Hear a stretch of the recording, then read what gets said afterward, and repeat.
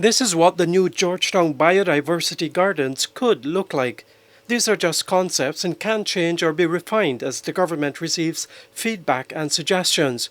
On Friday last, Vice President Dr Bharrat Jagdeo launched the first major consultation on these proposed plans. We have to ensure that our children and coastal people who may not understand the challenges of climate change and the challenges of sustainability, or who may not have been exposed to our flora and fauna, will never have an opportunity to go and see an anteater, a giant anteater, because they never ever get to go into the forest. That though our kids too can experience the beauty of our country just here.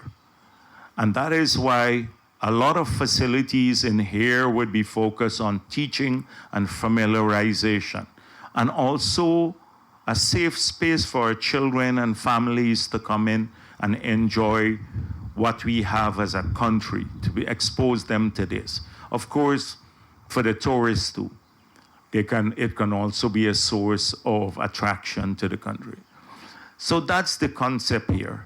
What the project is intended to do is to showcase Guyana's rich natural heritage, offering immersive experiences of our rainforests, savannas and wetlands.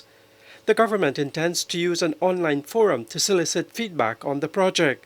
What it will not be is a massive zoo. The government is looking for private investors to go into that kind of venture. We believe that you can have a safari-type zoo in the country, where animals are just out in the open. And we want to issue a prospectus where we will give a lot of support to any private investor who wants to do this sort of safari-type arrangement. We believe that in the Caribbean, this would be a huge draw to Guyana for people from the Caribbean. Most of the islands don't even see a snake.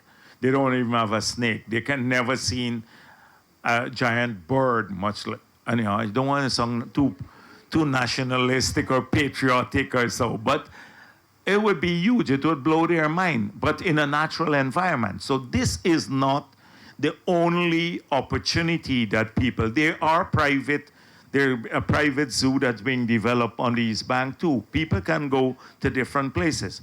This one has a slightly different purpose. So it's not the Bronx type, large number of animals and keep them in cages and stuff like that.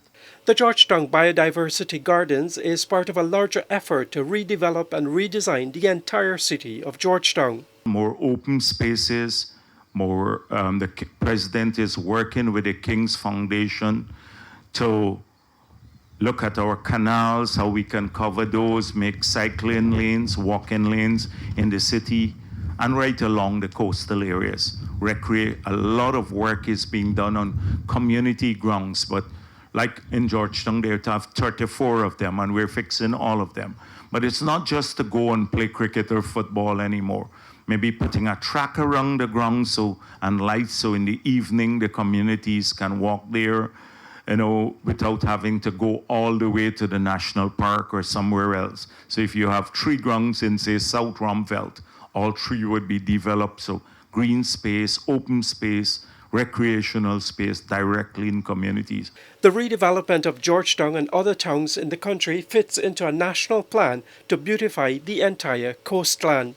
We want in the next 5 years to put 50,000 flowering trees along the coast from Crabwood Creek all the way to Charity and going up the East Bank and in Georgetown. And you will see evidence of that very soon. We're working on several projects, both buying the trees from private people as well as working with the GFC to transplant a lot of the flowering trees from the hinterland to the coastal areas to not only add more greenery to the coast, but a colorful sort of greenery to the coast. The Vice President is hoping all Guyanese would be invested in the national plans to beautify the coastal landscape. We have to change this culture.